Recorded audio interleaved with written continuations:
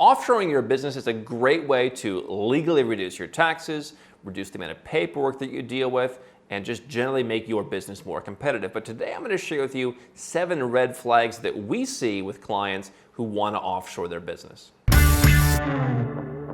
Some businesses are easier to offshore than others, and it's a pretty simple formula. If your business is entirely online, if there's no physical goods, if nothing's being moved around in trucks, if it's just you or not that many other people, like that's going to be easier than a big business that has a lot of physicality. They're moving people around, they're moving goods. And so that being said, I think a lot of businesses could benefit from being offshore. We're not even going to talk today about the asset protection benefits of just saying, hey, I'd rather have some money for the business overseas, even if it's tax neutral. We're going to save that for later. But from a tax point of view, many businesses can be fully offshored, particularly if you're following what I call my tax-friendly quadrant, where you're moving and the business is moving. But even a business that has some physicality to it could potentially be moved in part, especially if you're willing to move. That said, what I'm going to walk you through today is 7 different red flags that we've seen over the years about businesses that are harder, and I'm going to give you some at least basic explanations for how you can potentially work around that. If it's your first time here, my name is Andrew Henderson. I'm the founder of Nomad Capitalist. We are a boutique consultancy that helps 7- and 8-figure entrepreneurs and investors legally reduce their taxes overseas, diversify and protect their assets, get things like multiple citizenships, build up their freedom, make sure that no one government can ever tell them what to do. I also host the biggest and best offshore conference called Nomad Capitalist Live, which is open to absolutely everybody, even if you are, as they say in Vegas, down to the felt. So the first issue is, let's say you have some kind of physical products company. That is, I think, something that requires more attention than we sell consulting or we sell ebooks or we sell something that's digital. If you have a product and that's going to be fulfilled from a warehouse, let's say you move your company to the UAE, for example. And so you have to fulfill, let's give an example, US customers. You have a warehouse that you own, or you've got a fulfillment center that you own, or even in some cases you've got something that you contract out. Now remember, I'm not giving you tax advice, and this is not even applying to one country, because there's so many different permutations that could exist here. Take it for this is something to be explored rather than the exact advice. But if you have your own warehouse or fulfillment center, that's going to be a definite presence in many different countries around the world. And they're going to say, well, that's great that your company's in the UAE, but you're doing business here. And so you need to either find a way to segregate that within your global structure, or you want to basically get out of that fulfillment business and find some way to do it in a much more independent way. So owning some kind of warehouse, owning some kind of office, those can be issues, especially if you're shipping stuff out of there. The second issue is you have some kind of chain of custody. Again, in some countries this is kind of a debated issue. In other countries it's more clear. The question is, if you're shipping products from a country, like where's the transaction taking place? And so, I can argue when, someone buys from me, the transaction is taking place where all the work is being done. All the work is being done outside of anywhere where we wouldn't want to be paying tax. And so we've been very careful about doing that, and everything is fully structured. And so the work is being done in the UAE, for example. And so if you are shipping a product though, and you have like a third-party warehouse, there may be some situations where that product changing hands, even from a third-party warehouse, could be an issue.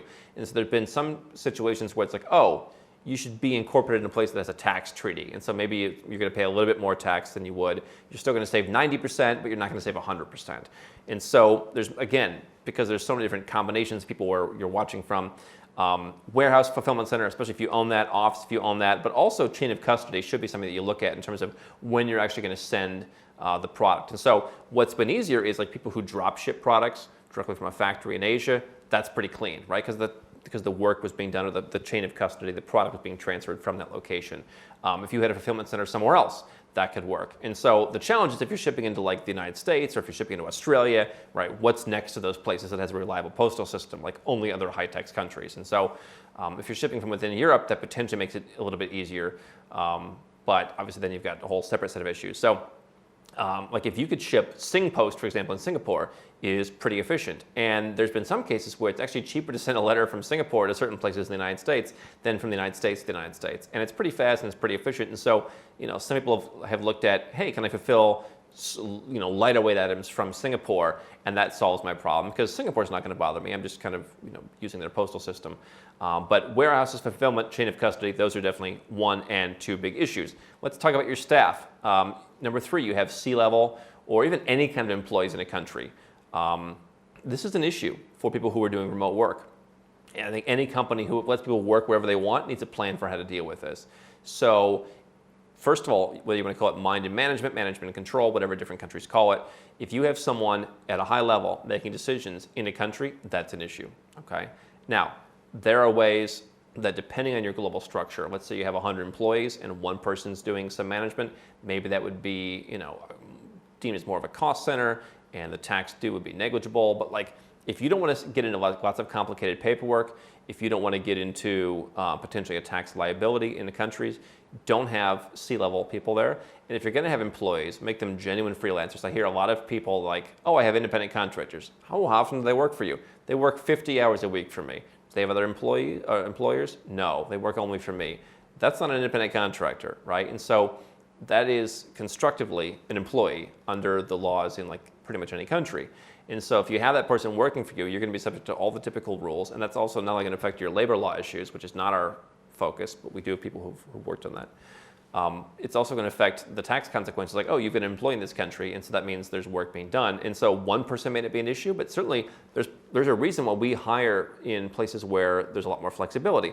Number one, we can isolate employees in structures, like staffing companies, where our big headquarters, where all the business is being done, will then kind of source the work out to our various staffing companies. But if you're going to hire, a couple people in Germany or in the U.S. or in Australia, that potentially puts you at risk. And especially if they're more sales focused, if they're more, revenue and collections focused, or if they're C-level or management level, that's going to be an issue to have those people there. So one of the reasons why you might look at a structure like a Cayman Islands, like a UAE, is that you can then get work permits for people who want to relocate, and then they can reduce their taxes living in a zero tax country. And that's an appealing thing, like, hey, come and live on the beach. Hey, come and live in, the warm weather. And you can move people that you either already have or that you're going to hire from anywhere in the world to those places and get them work permits because you don't want them sitting in a high tax country. Number four, separate from employees, is you have partners. And let's say a common situation I've seen over the years is, hey, there's three of us, we're a third. If only one of you moves overseas, you still have 2/3 of the company, which is resident in whatever your country is.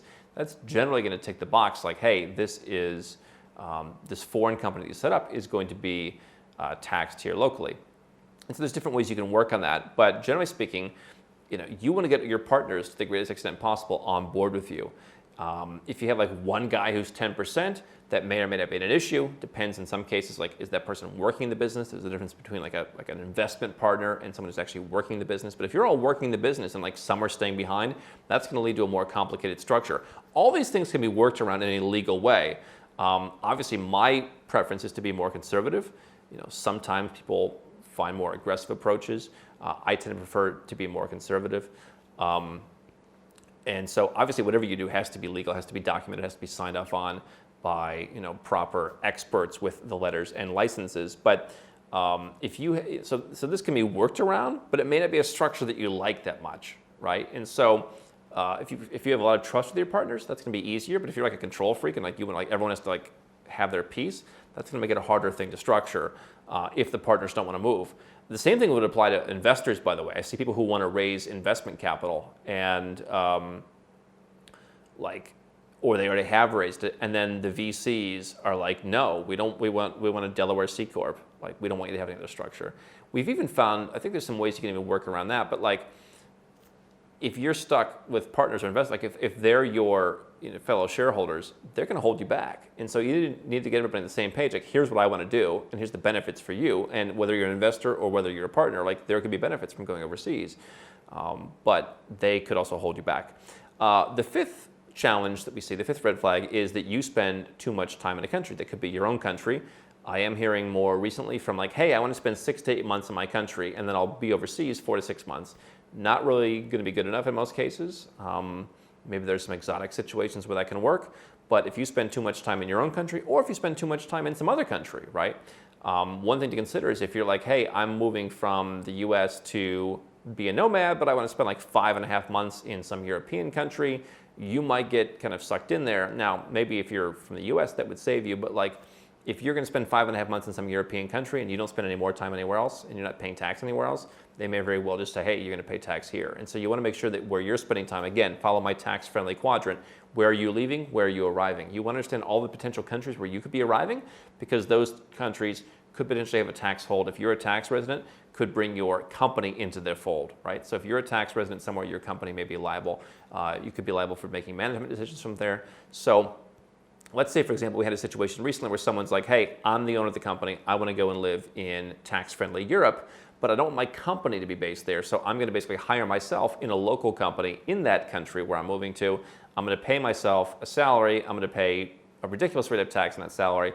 But in the global picture of my company makes $10 million and I'm going to take a $200,000 salary because that's what my role is. I've got a bunch of other employees.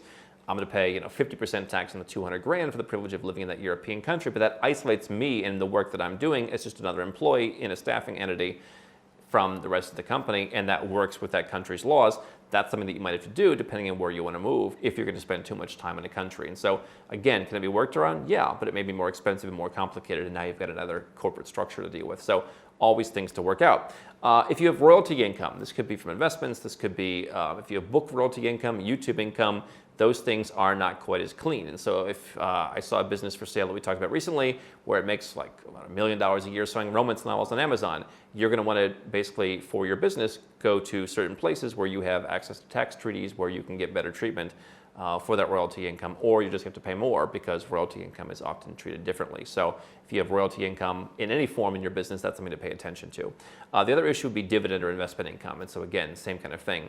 Those things can be treated differently and can often be more hard to offshore. So those are 7 red flags if you're offshoring a business. Again, there's the cleanest business is one person or a couple of people and they're all on the same page and they're all moving somewhere and they're all living in a tax-friendly place and they're not testing any tax limits on where they personally spend time, and the business is entirely offshore and they're just receiving wires into a foreign bank account.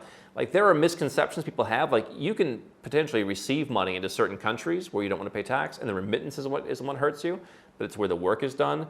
So there's lots of different issues. And there's things that people think they have to do that are difficult that they don't have to do. But these are things where it's like, yeah, you need to get your presence out of high-tax countries. And that means moving things like the means of shipping, means of production, means of staff, partners, investors, all that. Those all need to be considered. So the less of that apparatus you have, the easier it will be to move your business offshore.